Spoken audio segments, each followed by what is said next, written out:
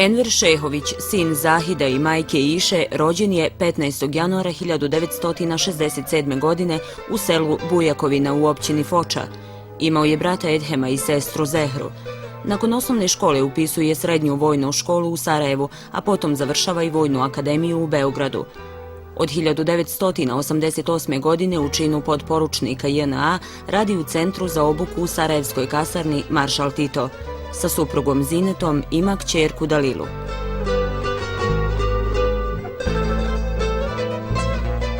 Enver Šehović prepoznatljiva je nit nastanka i razvoja 13. Novosarajevske brigade, kasnije prve motorizovane brigade. Poginuo je u odbrani Brda Žuč 27. jula 1993. godine. Odlikovan je najvišim ratnim priznanjem Zlatni ljiljan, a posthumno i ordenom Heroja Oslobodilačkog rata.